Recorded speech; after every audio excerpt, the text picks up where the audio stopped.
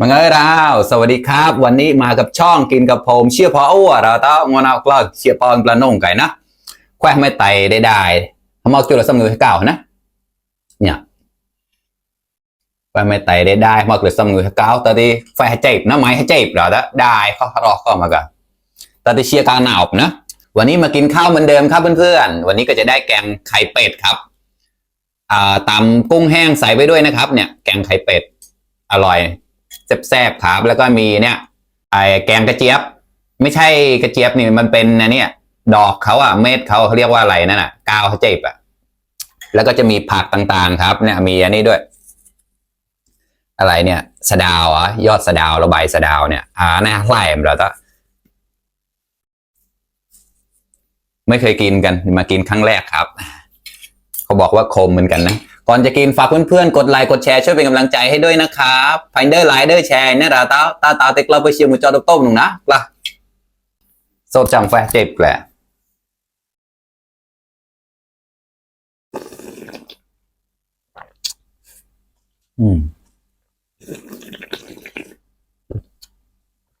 อืมขอให้เพียก็เรามากันเจ้าเชียว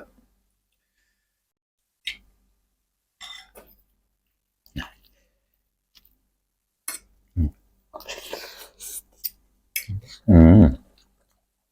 อร่อยครับเราเรามากินนี่เลยครับเริ่มเลยครับแกงไข่เป็ดวันนั้นก็กินไข่ไก่มาแล้วกับปลากระป๋องวันนี้ก็เป็นไข่เป็ดครับแต่แกงคล้ายๆกันครับแต่วันนั้นแกงกับปลากระป๋องจะไม่ตำกุ้งแห้งนะครับแต่อันนี้ตำกุ้งแห้งลงไปด้วยครับเมื่อต่อยก็ดูงกาแร่ตะกุยเจ้าชิงเก่านะเมื่อnàoตีดูทำไมไตทำไมตีมอกิสมงเก่าเชื่อข้อเชื่อเดียราวจนปอมงานตั้งเตี้ยงเลยแหละ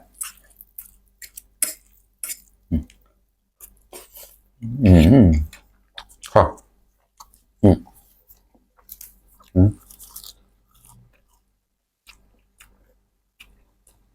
ไม่เคยกินเนี่ยกินเป็นครั้งแรกเนี่ยมันจะออกคมๆนะเอาแป้งเดี๋ยวละเชื่อก็เชื่อก็อร่อยอยู่ครับเนี่ยลงอะไรถ้าใต้ทะเลบ้างนะต่อชื่อเราวะมะเขือพวงครับเอาออกมาแบบนี้เลยจะได้กินง่ายๆเ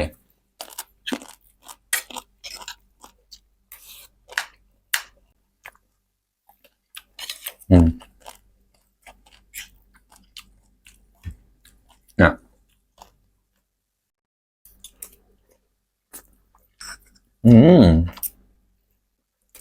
อร่อยมาก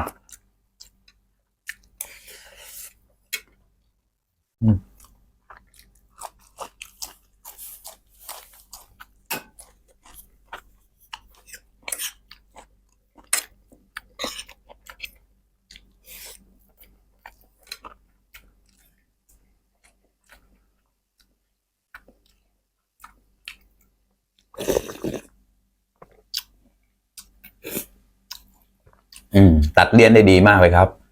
อร่อย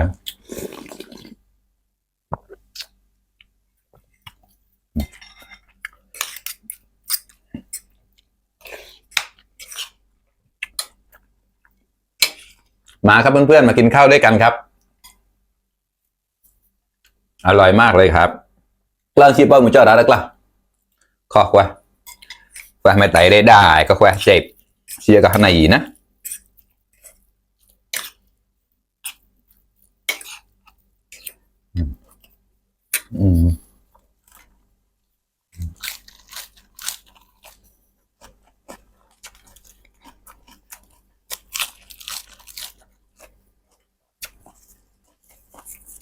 ครับก็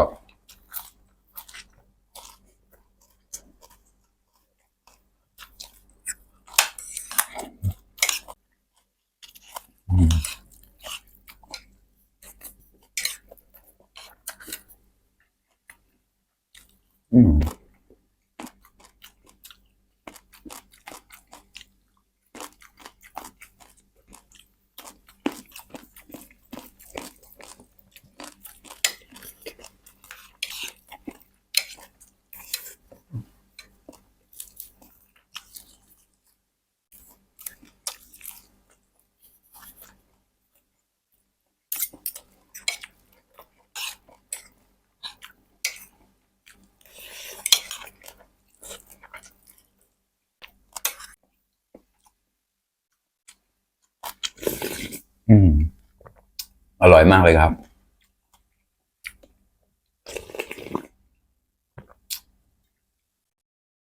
9 7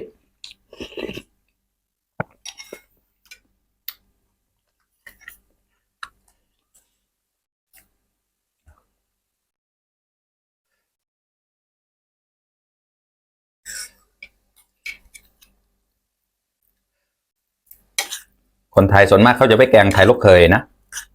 แต่คนมอญเราแกงไม่เป็นเราไข่ลูกเขยส่วนมากก็จะแกงแบบนี้แหละ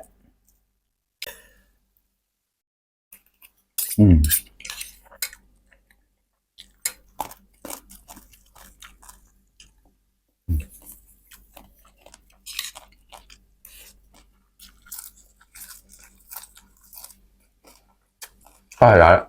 รับมาเลย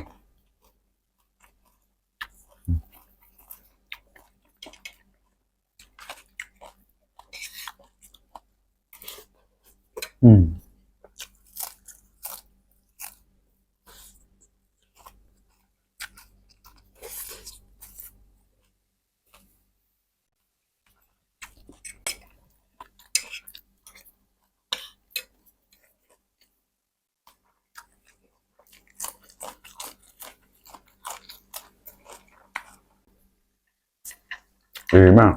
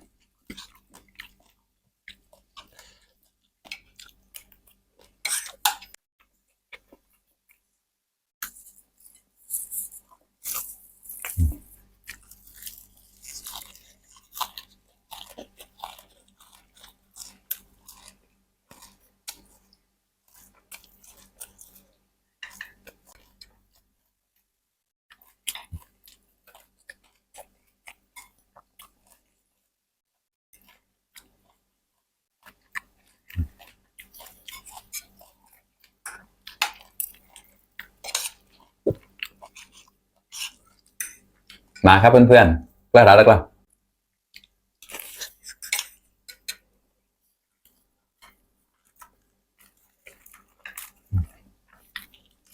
ประกาศแล้วเขาเรียกว่าอะไรผักกาดแล้ว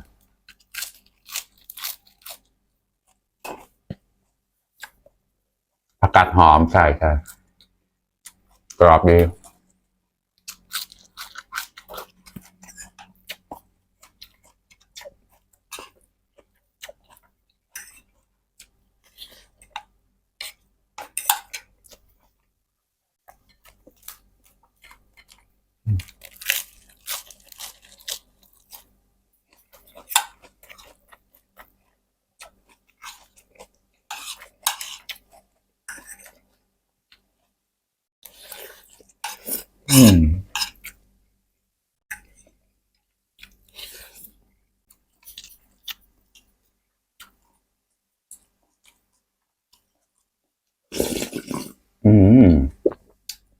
ขอแล้วนะ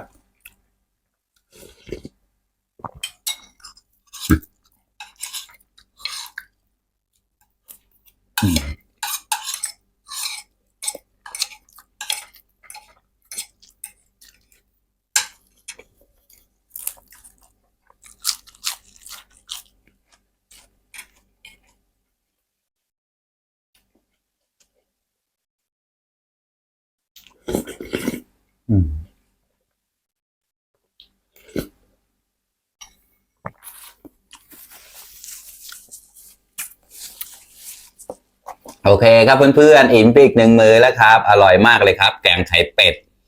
อร่อยสุดๆเลยครับพ่อมาหากายแล้วเราต้องแควไม่ไต่มาจุลนุยเก่านะเชียร์แควเจ็บพอหมูเปิงเตียงก็ได้ฝากเพื่อนๆกดไลค์กดแชร์ช่วยเป็นกำลังใจให้ด้วยนะครับภายเดอร์ไลค์เดอร์แชร์เนี่ยเราต้องสมฮอตเก๋าตั้งกูนra bye bye